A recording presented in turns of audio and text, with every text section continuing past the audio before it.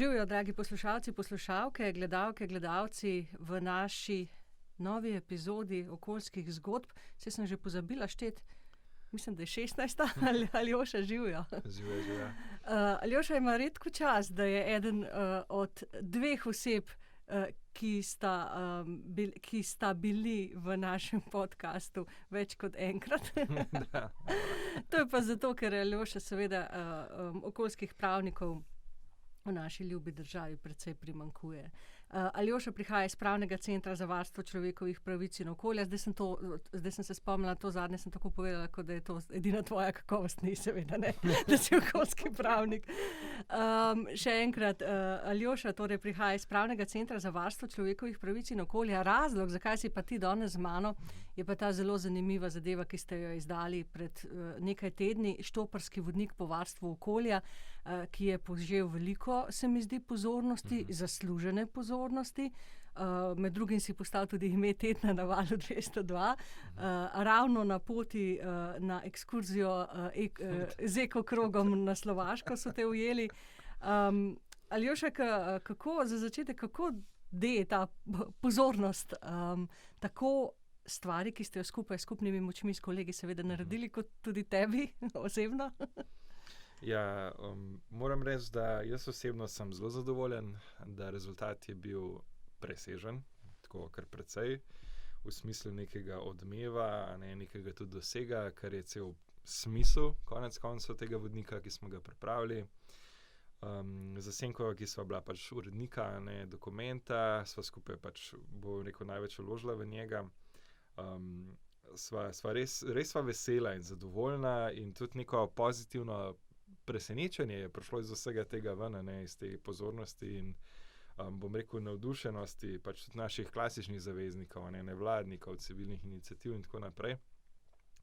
Tako da sva videla, da je bila ta prava pot ubrana in se je nekako potrdilo to, kar že tako skozi domnevamo, da ljudje rabijo pač pomoč in da so veseli, če je ta pomoč brezplačna, na področju varstva okolja.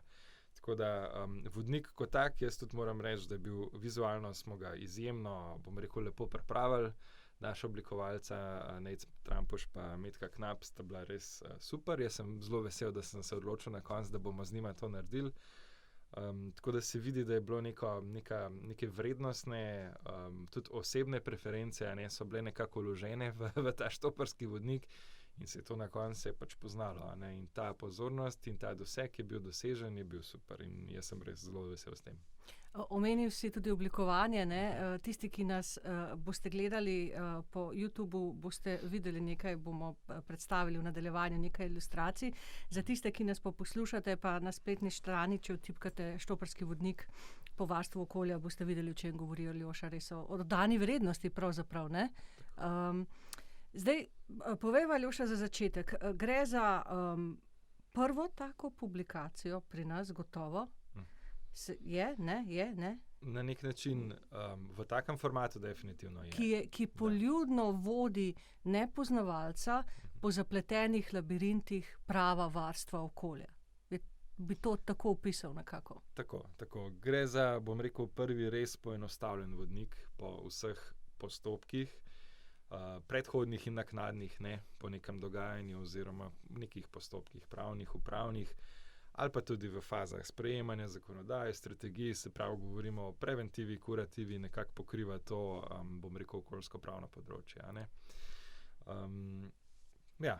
Všeč mi je, ker ti vedno rečeš, pa tudi zapisali ste v vodniku, da so pravice samo besede na papirju, če ljudje zanje ne vemo, ali pa če jih ne znamo ali ne moremo uveljaviti v dejanskem življenju, to je dejstvo.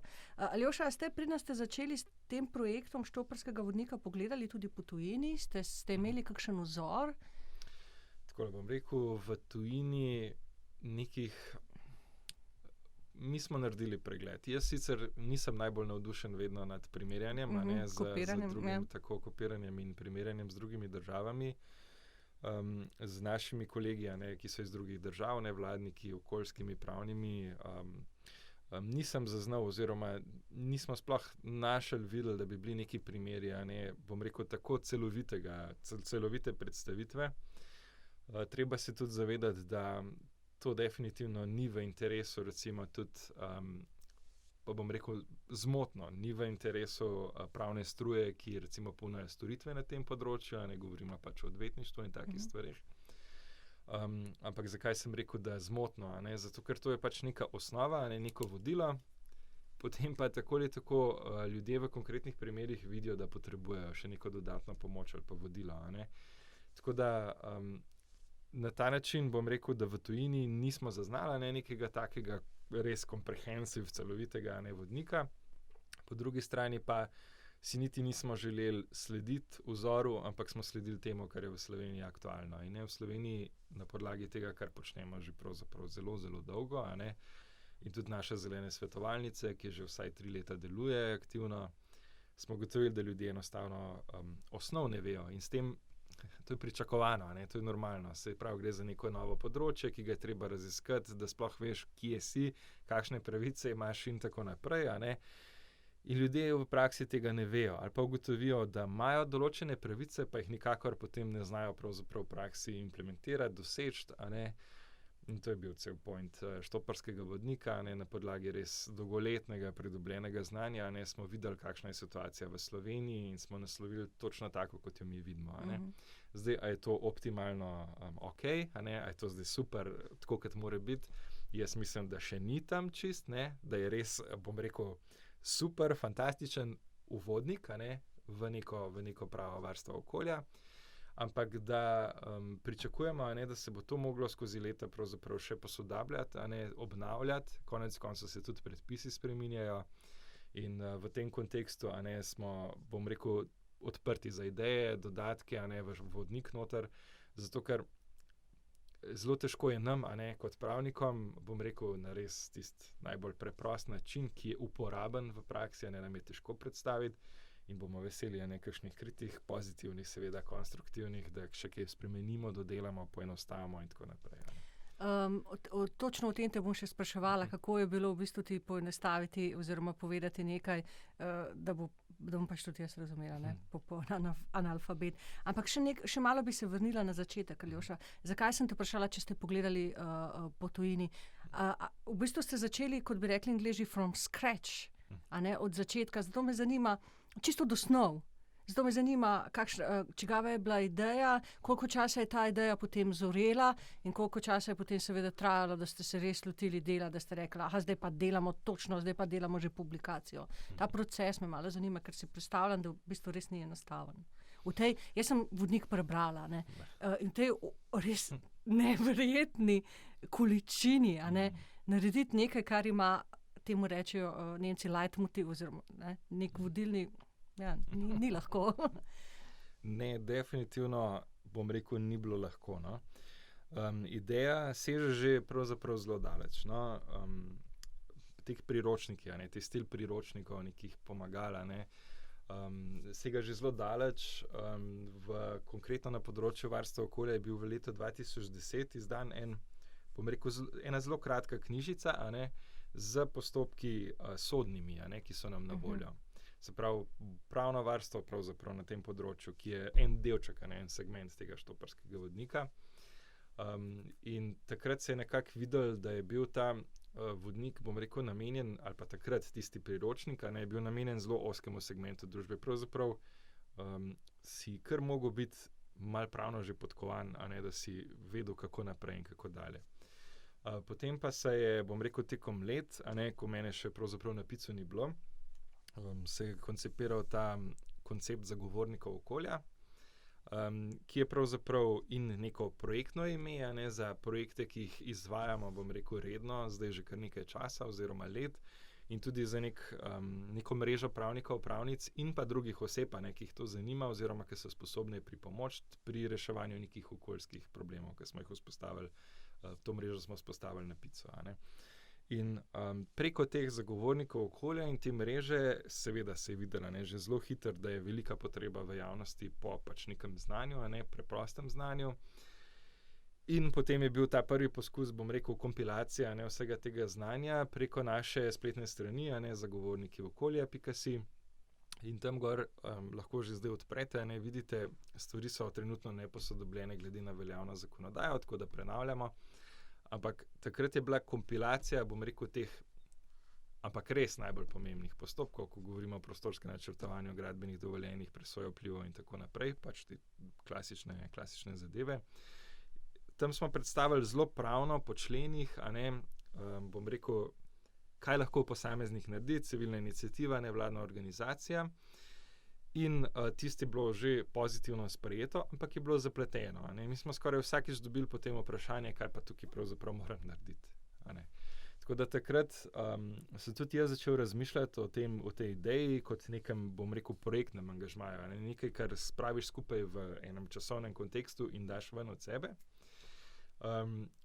Da pripravimo eno to res poljudno, poenostavljeno publikacijo. In to sva se pač s Senko sva se v tem večkrat pomenila, to je bilo, bom rekel, 2-3 leta nazaj. Sva se Senko večkrat o tem pomenila. Senka Vrbica. Senka Vrbica, mojo, bom rekel, mentorico, z področja prava varstva okolja. In sva se pravzaprav večkrat pomenila o tem in sva nekako imela to idejo vedno od zadaj, čakala je primeren trenutek za pač uresničitev in potem smo, to pomeni v praksi, da smo pravzaprav iskali finance, podporo, da smo lahko to izvedeli in na tak način tudi pač objavili. In potem smo po pač pozitivnem spletu okoliščin prišli do nizozemske ambasade, ki nas je pač pri tem podprla in pri tem nas je podprla res, bom rekel, konstruktivno, odprto, niso nas zamejevali, dali so nam pravzaprav neko prosto polje dela, ki je pri nas na nevladniški strani, ko dobimo neke finance od nekoga, je vedno na neki vezano, se pravi, vedno smo omejeni z nekimi kazalniki, cilji, poročanjem in tako naprej.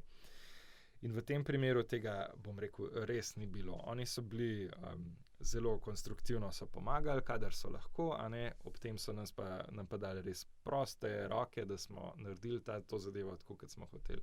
In to sva rabila. In zato je pač tudi prišlo na tak način, da je res koristno in lepo in da sva tudi midva Senko in ostale avtorice, ki so pomagale pri vodniku, da smo res zadovoljni s tem. Da je prišel nek koncept ven in izdelek, ki je zadovoljil, bom rekel, naše vrednostne in potem strokovne neke elemente. In ja, mislim, ta, bom rekel, pot, se pravi, je daljša več kot, 14-15 let, do neke take publikacije. V vsem tem času se je nabiralo to znanje, zdaj smo ga pa uspeli, upam, da končno kompilirati in predstaviti na način, da je razumljiv za ljudi. In vsa ta zgodovina, vse te izkušnje tudi z posameznimi lokalnimi iniciativami, z ljudmi, z vsem tem je nekako zbrano v tem vodniku noter. Tako da vemo, kaj ljudje rabijo, kaj so potrebovali pravzaprav cel čas, med tem zbiranjem znanja, zdaj smo spravili na kup. Ta dolgoletnost pravzaprav priča o tem, koliko enega efforta, koliko enega napora je šlo v ta dokument na koncu ven, oziroma notri. Jaz moram reči, da si ne predstavljam, da bi tudi uspel to na koncu skompilirati na tak način brez ustrezne podpore finančne in smo res veseli, da nas je nizozemska ambasada pri tem tako, bom rekel, res prijazno podprla. Gremo malo na vsebino, če lahko na kratko razložiš, kako je razdeljen vodnik po poglavjih. Prej si že nekaj omenil. En pomemben del je sodno varstvo, seveda, ampak še pred tem so stvari in zatem so stvari. Tako na kratko, recimo, da se bodo poslušalci znali predstavljati. Ja, zelo na kratko, se pravi, jaz bi nekako razdelil ta naš vodnik na 2 dela. En bi bil, bom rekel, preventiven, tisti v začetku, kaj vse lahko naredimo, da ugotovimo dejansko stanje, pridobimo dokaze, kako sploh vemo, da je nekaj narobe v okolju, v prostoru, kako lahko pravzaprav tudi vnaprej vplivamo na to, kakšni predpisi, strategije, kakšne odločitve se bodo sprejemale na državni ravni, pa tudi na lokalni ravni. Je tudi predstavitev, bom rekel, neposrednih elementov oziroma institutov neposredne demokracije, kaj se lahko na lokalni ravni počne, kaj se lahko na državni ravni počne. Tako da je nek, bom rekel, uvod v tisto potem bolj vsebinsko strokoven del, ki je pa namenjen pravzaprav predstavitvi vseh ta najbolj pomembnih upravnih in sodnih postopkov varstva okolja, ne v Sloveniji, se pravi konkretno pri nas, ki izhaja tudi iz prava EU, ampak se osredotočamo pač na to, kar imamo v slovenskih predpisih. In ta del je pa potem, bom rekel, tisti žmoht, ki ga je bilo pač tudi zelo težko kompilirati in predstaviti. Ta del pa vam bo pravzaprav povedal vsem, se pravi kot fizičnim osebam, kot nevladnim organizacijam, statusom delovanja v javnem interesu, navadnim nevladnim organizacijam in pa civilnim iniciativam, ki imajo zdaj že kar precej pravic, tudi po slovenskem pravu, kje in kako se vklapljati oziroma vključevati v te postopke notri in kako na nek način tudi doseči učinek. Ne? Ta učinek seveda ni garantiran. Jaz ne morem nikomor v dobri veri reči, zdaj pa, ko boste vi to prebrali, boste pač dobili želen učinek. Ampak boste pa vsaj vedeli, kako postopati, v kaj se vključevati, kje biti pozorni in tako naprej. In to je glaven doprinos. Tako jaz vidim glaven doprinos tega. Potem pa seveda smo tudi naprej na voljo za pomoč in za odgovore na morebitna dodatna vprašanja. Ampak na grobo imamo dva dela nekako vodnika, preventivni, kako se angažiramo kot ljudje lahko preden pride do resnih posledic, ali pa tudi v primeru nekih posledic, ki jih vidimo, kako lahko še preventivno reagiramo. Drug del je potem tisti strogi, upravni, sodni, kako se vključevati v postopke, ko se pač že neka stvar začne odvijati oziroma se že zgodi. Kateri del je bilo najtežje napisati poljudno? Ja, definitivno je bil drug del najtežji. A ste zadovoljni z njim? Jaz, ko nekdo nekaj strokovnega piše, ali pa ko piše nekaj vsebinskega, jaz sem prepričan, da se vsi zelo težko lotijo krajšanja besedila. Tukaj je bilo izjemno veliko krajšanja strokovnega besedila. Tako da v tem kontekstu je bilo kar naporno. Glavnino tega sem naredil sam, zato ker sem si mislil, mogoče jaz še vsem vem malo manj kot recimo Senka, pa bom jaz bil ta, ki bo sposoben še bolj skrajšati besedila. In jaz verjamem, da je to res, prvo kot prvo, verjamem, da je to res, ampak drugo sem pa ugotovil tudi, da je vsem zelo težko posplošiti na nivo, ki je ljudem jasen. Jaz sem potem to dal malo v pogled, bom rekel, navadnim ljudem, pač je še vedno je težek tekst. Še vedno je težaven tekst, težko ga je pravzaprav implementirati potem v praksi, ampak ni pa toliko težko, kot je bilo prej. Lažje je vsem, je v pomoč in še potem ta naš, bom rekel, naknadni mehanizem, zelene svetovalnice, mislim, da lahko res potem pomaga, da se neke stvari implementirajo v praksi. In spet, če bomo ugotovili, da je neka stvar pretežka ali pa, bom rekel, prekompleksno zapisana, kar res upam, da na tej točki ni, ampak če je, smo odprti, da stvari poenostavimo, da še dodatno kaj zapišemo noter oziroma spremenimo na način, da bo res razumljiv. Veš kaj, moral bi dati meni krajšati, jaz bi skrajšala. Uživam v krajšanju, ne hecam se. Težko je, ja. Tekst, ki je hkrati poveden, strokoven in jasen vsakomur, to je res kar umetnost. Aljoša, sam si omenil, vloge, v katerih se lahko znajdemo, ko se začnemo ukvarjati s konkretnim primerom varovanja okolja. Sam si rekel fizična oseba, se pravi jaz Karmen, ti Aljoša, potem nevladna organizacija s statusom delovanja v javnem interesu, potem navadna, običajna nevladna organizacija, recimo to v narekovajih, in potem še civilna iniciativa. Zanima me, kje so razlike, kje so podobnosti, če se postaviva recimo v kralja vseh postopkov, kot ga tudi vi nekako poimenujete v štoparskem vodniku, to je upravni postopek recimo. Kje so tiste glavne nianse? Ko govorimo o fizičnih osebah, ponavadi govorimo o direktnih vplivih na fizično osebo, se pravi na posameznika. In so tudi pravo, bom rekel, je nastavljeno tako, da varuje interese posameznika. To pomeni, da morate recimo imeti, bom rekel, zemljišče nekje v bližini nečesa, kar se bo dogajalo, ampak tako naprej, da lahko uveljavljate svoje pravice. Se pravi, zelo preprosto, če je nekdo soseda, nečesa, obrata ali pa nekih izrednih okoljskih dogodkov, potem ima ponavadi pravice. V večini primerov, v večini teh upravnih postopkov, potem ima določene pravice in se lahko vključuje v postopke. Ko govorimo o nevladni organizaciji s statusom delovanja v javnem interesu, tukaj predvsem o statusu na področju varstva okolja in ohranjanja narave.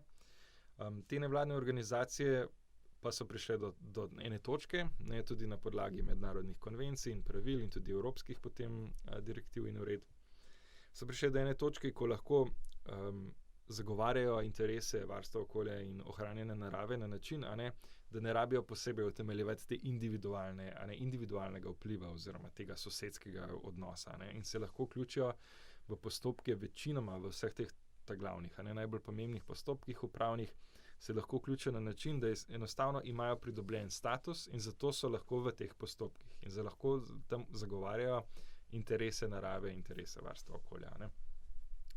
Ko govorimo, se pravi, to je ta razlika individualna pa med nevladnimi z statusom, potem imamo pa še civilne iniciative, ki so pa ena mešanica, nekako vmes, se pravi, gre za združbo fizičnih oseb, posameznic, kar so konec koncev tudi nevladne organizacije, ampak tukaj govorimo prvo o večji količini ljudi, se pravi, strogo pravno, če gledam, zdaj govorimo o 200 ali pa 500 osebah, fizičnih posameznicah, posameznikih.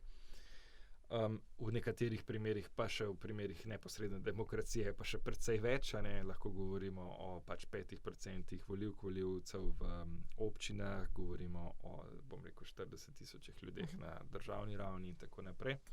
Ampak v glavnem, civilne iniciative v teh upravnih postopkih, so pa pridobile zdaj sploh v zadnjem letu ali pa dveh, so dobile še dodatne pravice. Se pravi, se nekako prepoznali, da kjer so lokalni problemi, da se zbudijo lokalne iniciative in se jim je dalo zato, da ne bodo samo skakali pravzaprav neformalno zunaj, in non-stop, to, kar pač vsak normalno počne, potem teži na vse možne načine, da imajo še določen pravni status, predvsem v postopkih prostorskega načrtovanja, gradbenih dovoljenj in okoli teh, res prostorskih vidikov umeščanja nečesa v naše okolje oziroma prostor.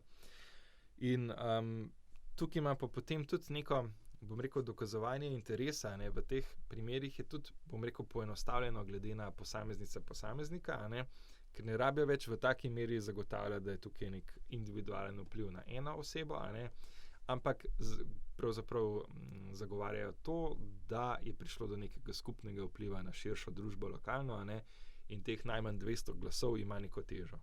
In potem lahko na ta način pravzaprav sodelujejo v upravnih in sodnih postopkih, ampak v manj količinsko, v manj postopkih kot recimo nevladna organizacija s statusom, ki se sploh na področju narave lahko po zakonu vključuje vse upravne in sodne postopke, Nevladne organizacije s statusom na področju varstva okolja imajo zelo jasno napisano, kje se lahko vključijo noter. In mislim, da je to zadovoljivo v tem trenutku napisan. Pri čemer civilne iniciative so pa še en korak bolj zamejene, so pa v nekaterih primerih, kot sem rekel, predvsem prostorsko načrtovanje, ker tukaj pride do glavnih konfliktov, ko se umešča nek nov karkoli infrastrukturni projekt, od avtocest, železnic pa do vetrnic, do raznih objektov, energetskih, prometnih, kakršnihkoli, industrijskih seveda. Takrat pride do problema in v teh postopkih imajo potem civilne iniciative še pravice.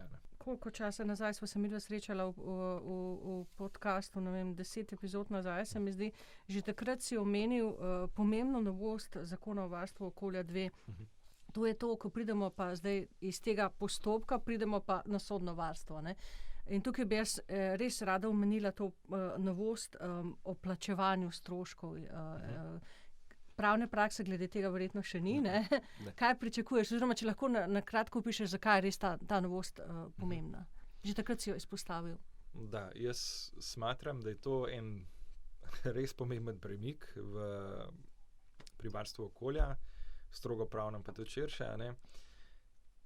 Zakon o varstvu okolja oziroma ZVO-2 je prinesel eno to določilo, da lahko oseba, fizična posameznica, posameznik, da lahko toži pravzaprav podjetje, ki vodi nek obrat, se pravi nek, upravljalec obrata, industrije, česarkoli, vkolikor ugotovi, da ali ne upošteva okoljevarstvenega dovoljenja, ali ustvarja nevarnosti za življenje, je pač resna verjetnost, da bo ustvarjal za zdravje, za življenje nevarnost. lahko potem ta oseba na civilnem sodišču, zdaj govorimo o civilnem postopku, lahko toži upravljalca naprave oziroma pač podjetje, zasebno pravno osebo, ali pa tudi konec koncev javno, no, če pride do take situacije, ampak večinoma govorimo tukaj o zasebnikih. In vkolikor očitno ne zlorablja postopka, kolikor je jasno, da so tukaj neki resni argumenti vzadej, oziroma pač, da je podkrepljeno s takšnimi in drugačnimi dokazili. Da ne gre samo za zavlačevanje ali v takem. Da ne gre za namerno neko nagajanje, nekega tako radi oblast uporablja ta izraz. Ja. Če ne gre res samo za nagajanje, potem sodišče lahko odloči, da se stroški nasprotne stranke, če mi kot tožnik izgubimo, se pravi, ne uspemo dokazati, da smo imeli prav, nismo dolžni plačati pravzaprav stroška nasprotne stranke, teh podjetij, ki razpolagajo z veliko financami, s sredstvi, iz katerimi plačujejo potem tudi odvetniško, storitev. Kar ima ogromne posledice lahko, ne? To ima na postopke tako velike posledice, da v Sloveniji takih primerov nimamo. Zaradi strahu, kaj se bo zgodilo, če? Tako. Jaz ne poznam nekih, civilnih postopkov. Vedno gremo pred upravno sodišče, kjer tožimo državo, zato ker država ni zagotovila, da potem ta pravna oseba izvaja svojo dejavnost na način, kot bi jo mogla. Ampak tukaj nam pa omogoča, da gremo direktno, se pravi na onesnaževalca, na prekomernega onesnaževalca. Tukaj ne govorimo o nekih navadnih, dobro poslujočih obratih, ampak govorimo takrat, ko je res pokazana nevarnost za zdravje, za življenje, takrat pa lahko gremo zdaj direktno. In, še poudarjam še enkrat, ob ustreznih dokazilih, argumentih, tudi če se na koncu izkaže, da niso zadostni, ne bomo plačevali stroškov nasprotne stranke.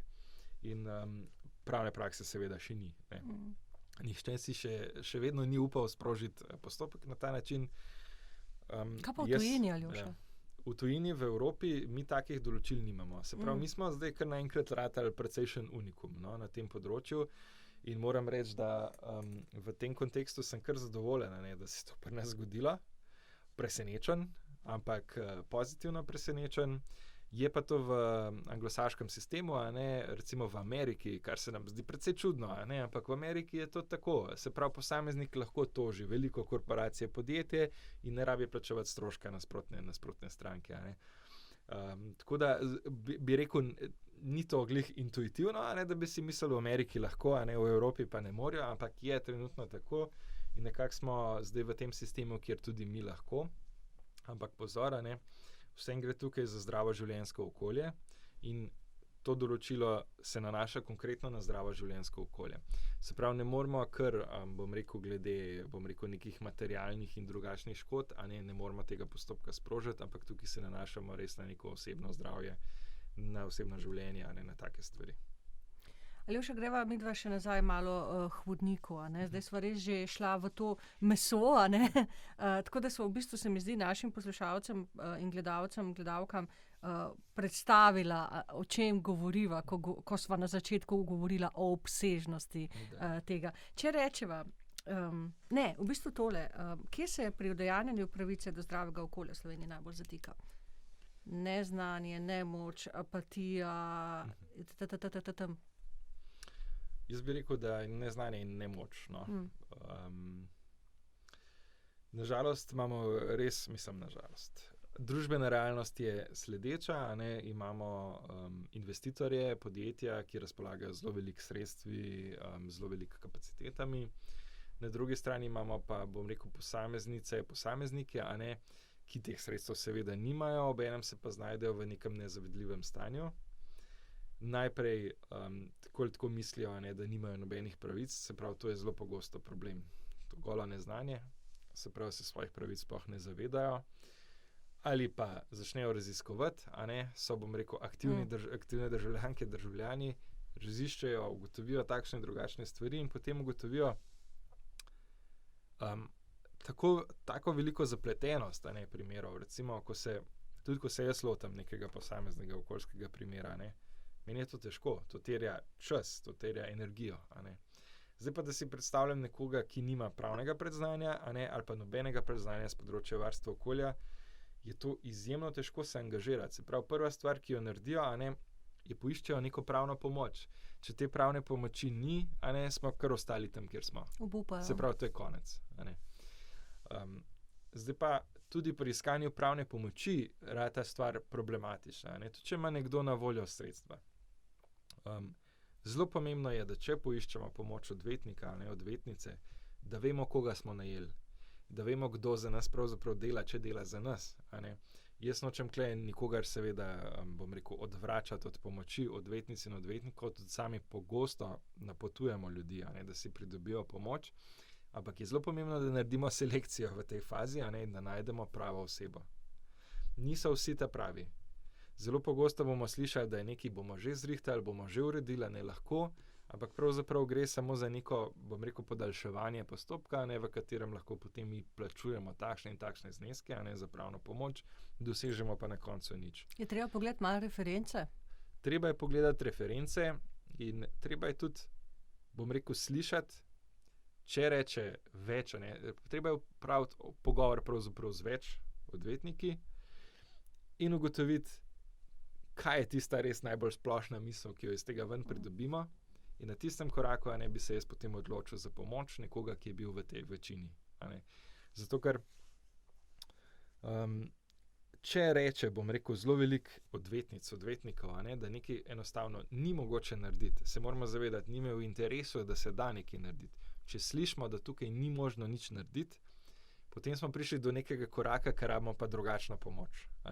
Takrat pa jaz recimo osebno res verjamem, odvetniku, če reče, zdaj pa ne, pa žal ne bo šlo nič.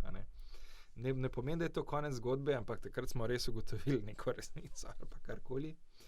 Če pa odvetniki, na prvo žogo ob kompleksnosti teh primerov tudi rečejo, vse bo šlo, vse bo super, tudi tukaj moramo biti zelo previdni. Ja. Zelo previdni v takih primerih, ali ni dobro preučen primer takoj na začetku, ali pa je nek drug motiv zraven. Tako da to neznanje je pričakovano. Ne moramo vsi biti pravniki, ne moramo vsi biti pravnice, nismo šli na faks to študirati, ampak neke osnove se mi zdi pa, da bi vseeno lahko vedeli. Temu služi štoparski vodnik, ampak temu bi mogel služiti tudi neko osnovno izobraževanje v klasičnih šolskih sistemih. Recimo, zelo smiselno bi bilo, da bi se najmanj v srednji šoli, v nekih obveznih šolah, ki jih še imamo, da bi se tam neka pravni ustroj oziroma delovanje naše države, tudi politično, pravno-politični vidiki, da bi se predstavili, da bi imeli neke osnove, iz katerih izhajamo. Jaz recimo v šoli nikoli se nismo, ukvarjali nekaj z državo ali pa z delovanjem državnega sistema ali pa s pravom kot takim pravno državo. Tako da jaz mislim, da bi že s tem naredili precejšen premik, ampak tega trenutno ni. Se pravi, ko se znajdemo čisto na začetku, nič ne vemo o tematiki in seveda poiščemo pomoč. In tukaj je, tisti glavni hakeljc, takrat ali dobimo ta pravo pomoč, ali pa pač ne dobimo prave pomoči in potem smo zgubljeni in tavamo, v tem prostoru in ne dosežemo ničesar. Tako da neznanje je definitivno velik faktor. Pol je pa še ta dejavnik nemoči, podrejenosti pravzaprav močnejšim akterjem, deležnikom. Tukaj se pa vsem treba zavedati, da ko pridemo do neke res problematične situacije, se pravi, ko govorimo o nekem dolgoletnem onesnaževanju ali pa nekih hudih posledicah za zdravje nekega lokalnega prebivalstva. Tukaj imamo ponavadi nasproti nekoga, ki se v večini primerov tega zaveda, se pravi, vejo, kaj pravzaprav počnejo in imajo zelo dobro preučen sistem, možnosti, pravne in drugačne, kako lahko to še vseeno počnejo ob veljavnih pravilih. Lahko strogo formalno pravno lahko pridemo do situacije, ko je vse na papirju vse dobro. Za takrat se pa znajdemo potem še v nekem, dodatni stiski, kako zdaj pravzaprav naprej, če so pa inšpektori rekli, da je vse ok, če pa država zagotavlja, da je vse ok, podjetje seveda neprestano pravi, da ima vse v skladu z veljavnimi predpisi. Tiste točke naprej pa pridemo do ene nemoči. če se potem še bolj lotimo, še bolj zagrizemo, poiščemo dokazila, dokaze, skušamo narediti študije, analize in tako naprej, in postajamo vse bolj, bom rekel, moteč faktor, takrat pa potem pridejo še vsi drugi pritiski, ki si lahko tista nasprotna stran privošči, od neke diskreditacije v javnosti ali pa v lokalnem okolju, do, bom rekel, takšnih in drugačnih pritiskov, lahko govorimo v smislu nekaj, še posebej v lokalnih okoljih, pritisk na službo, na delovno mesto, pritiske na pač način, kako se drugi ljudje potem tudi obnašajo, do tebe, do moteče osebe, tega je zelo veliko. Pritiske na način tudi, bom rekel, takšnih ali pa drugačnih financiranj raznih dejavnikov v lokalnem okolju, ki so potem na tvoji strani, ker so na nek način kupljeni. Torej, govoriva o tem, da onesnaževalec kupuje, ne vem, rešilce? Tako, na nek način imamo potem financiranje vseh dejavnikov, ki lahko pripomorejo onesnaževalcu.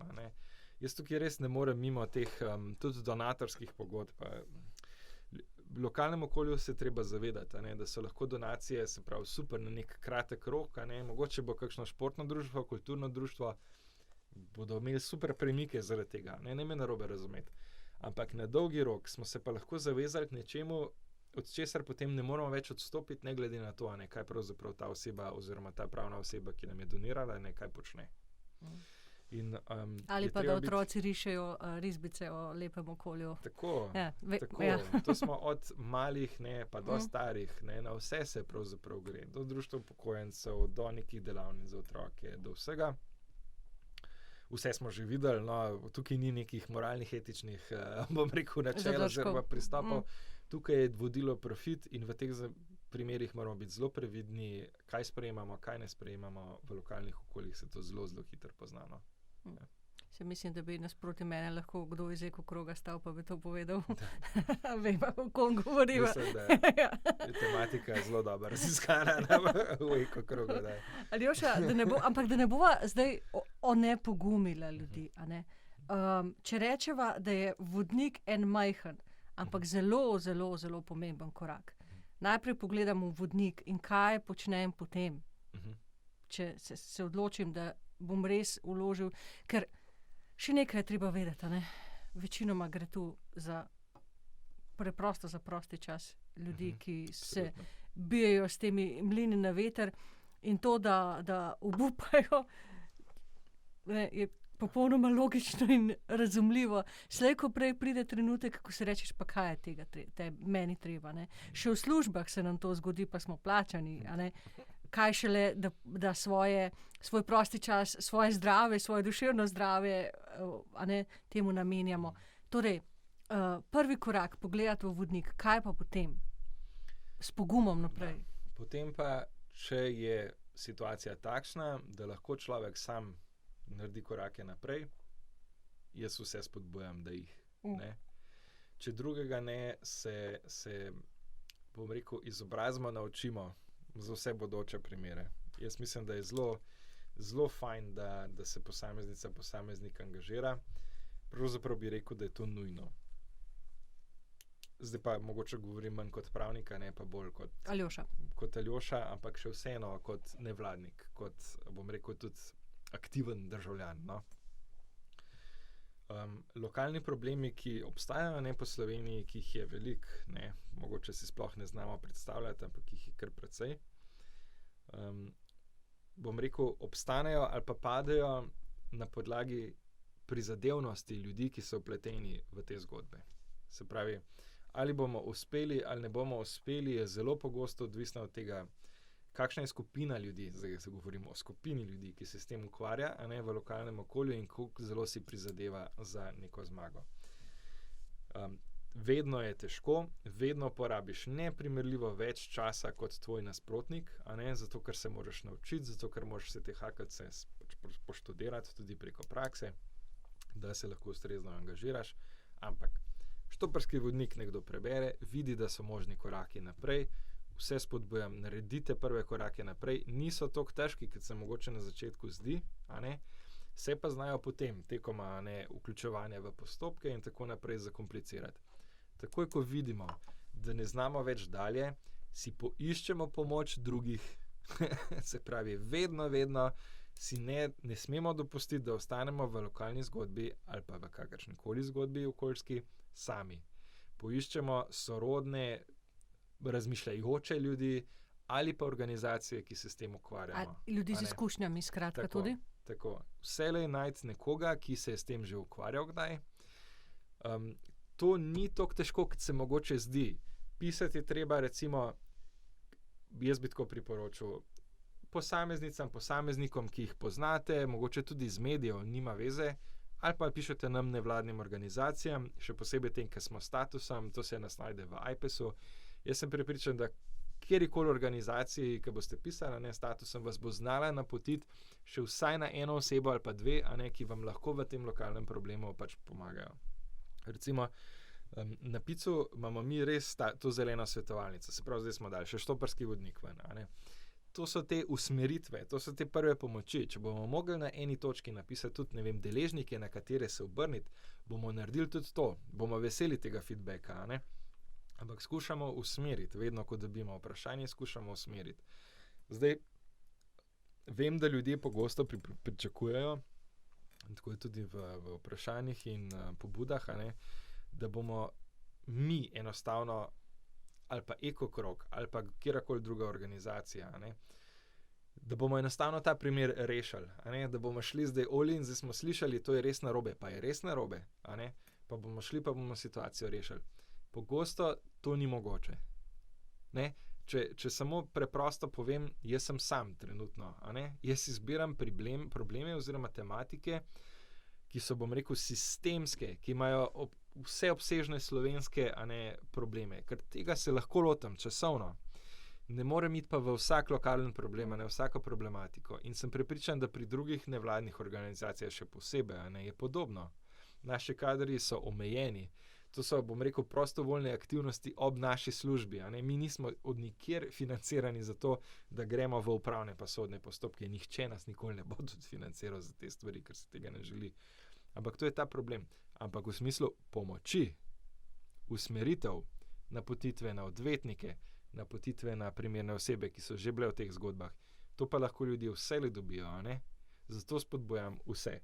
Če ste kadarkoli v situaciji, ko ne veste, kako naprej, na podlagi štoparskega vodnika, na podlagi odgovorov zelene svetovalnice, na podlagi svetovanj še kogarkoli, če ne veste, kako naprej, vprašajte, kam se naj obrnem.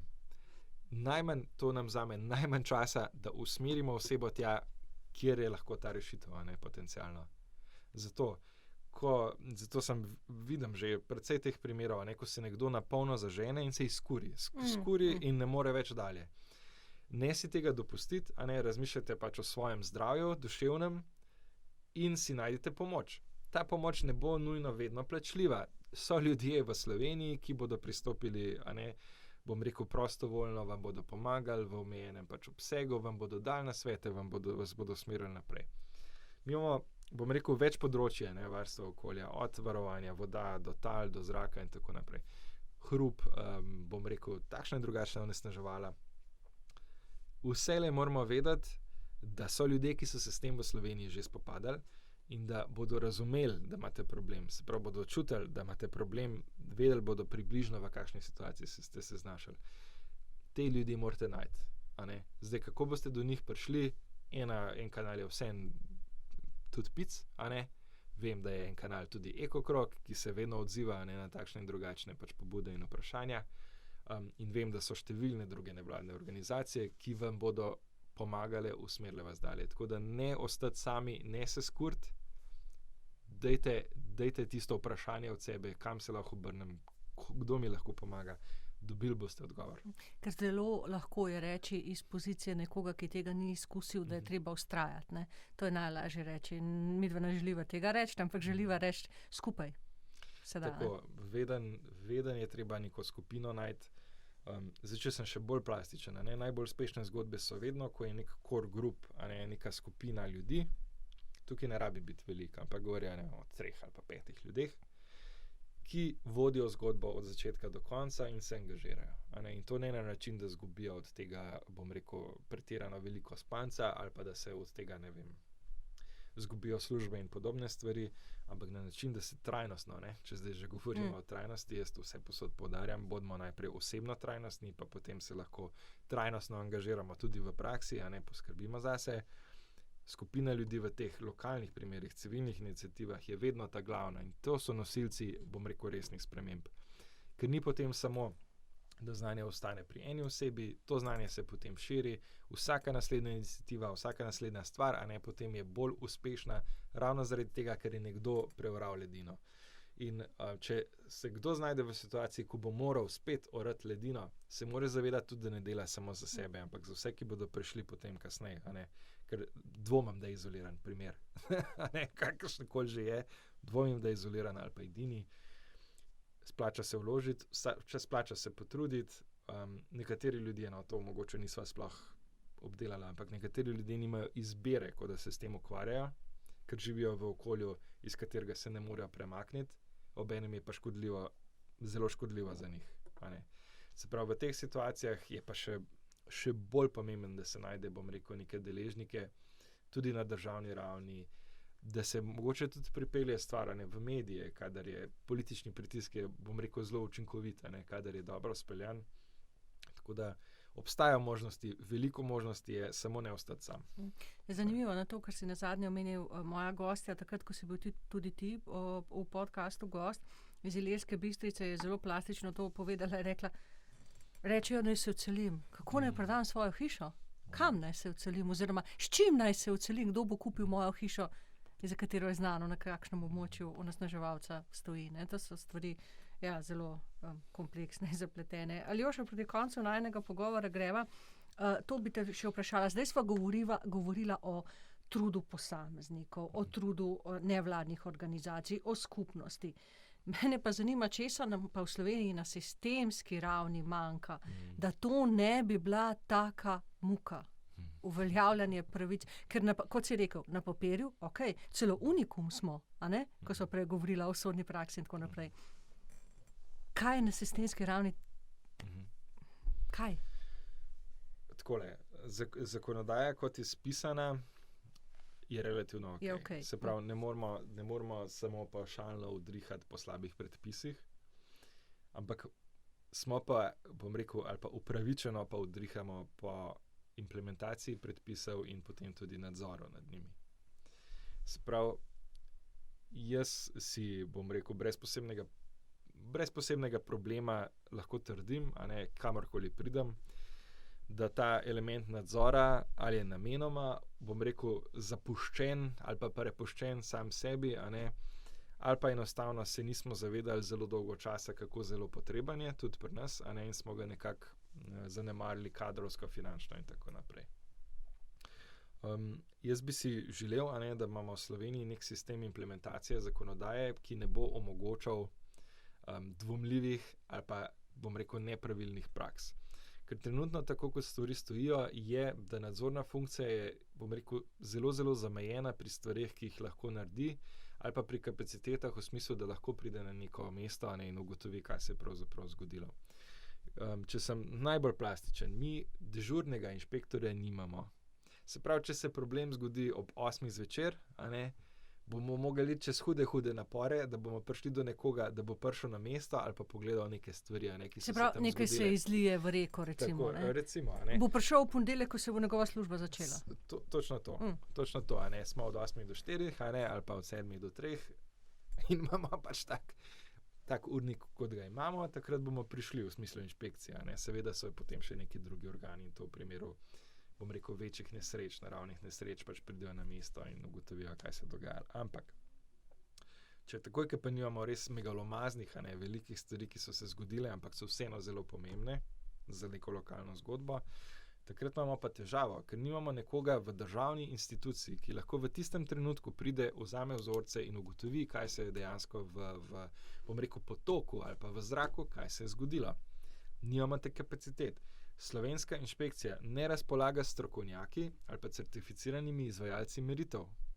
Se pravi, vedno moramo najeti nekoga drugega, da pride na to mesto. Da si pa predstavljate preko javnega naročila, preko upravnega postopka, rečemo temu, je treba naročiti, najeti nekoga, da potem pride to početi. Tukaj je čas, vmes. Tukaj je neko obdobje, neko, bom rekel, razširanje vesti tudi o tem. Ta naročila morajo iti na vsaj 3 naslove, da smo pač zakoniti. In potem pridemo do situacije, ko dejansko ne moremo v praksi takoj reagirati, ker je država ni zmožna odziva, dovolj hitrega. To je en tak sistemski problem.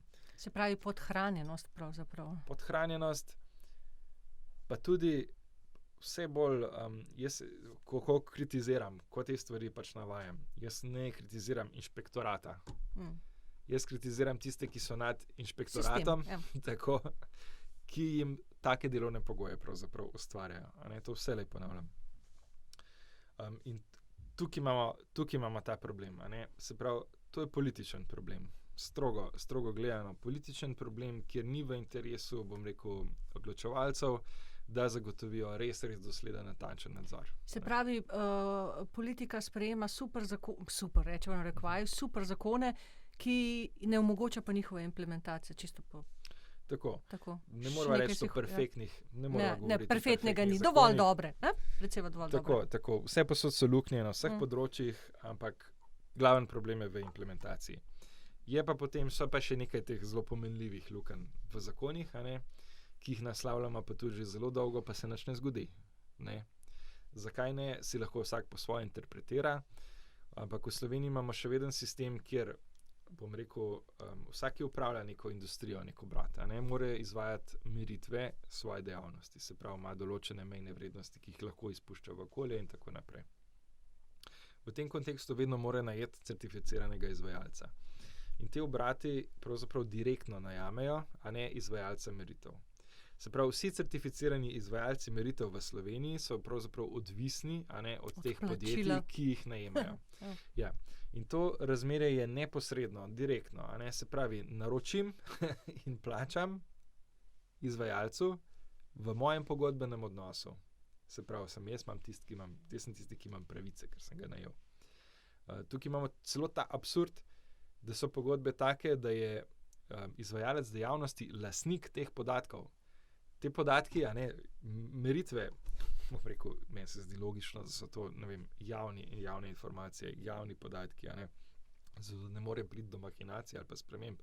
Ampak ne, to je v lasti pravzaprav naročnika, In pridemo do situacije še potem, ko imamo letna poročila o teh obratovalnih monitoringih, ko se jim reče, se pravi v letnih podatkih, kakšni so bili izpusti.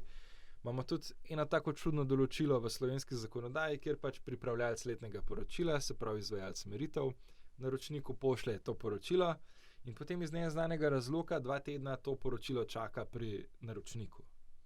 In zdaj mene iskreno zanima, kaj se v tem času dogaja, ker mi ni jasno z pravnega sistemskega vidika, zakaj imamo to določilo pravzaprav v naših predpisih. Če govoriva še o eni drugi luknji, ko umeščamo v prostor, kadarkoli načrtujemo nek poseg, objekt, karkoli, in ima ta poseg ali pa objekt vplive na okolje, moramo dobiti spet nekoga, izvajalca, ki nam bo pripravil poročilo o vplivih na okolje. Se pravi, bo ocenil, kakšne vse vplive ima lahko ta objekt na okolje. In to je neka faza usklajevanja, pravzaprav, da tudi investitor lahko ugotovi, kaj bi mogel početi, pa kaj ne. Ampak kako se v praksi to manifestira, je spet izvajalec, načrtovalec posega, najame izvajalca, ki potem oceni, kakšne vplive bo imel njegov poseg na okolje. Zdaj pa si predstavljamo situacijo, v katerih bi bili ti izvajalci, ali pa imamo 10 izvajalcev, od tega je, bom rekel, 8 takih, ki se jih ne da se jih, bom rekel, kompromitirati. So neodvisni, strokovni in bodo vedno delali vse tako, kot morajo delati. Potem imamo pa 2, ki se pa prilagodita željam naročnikov.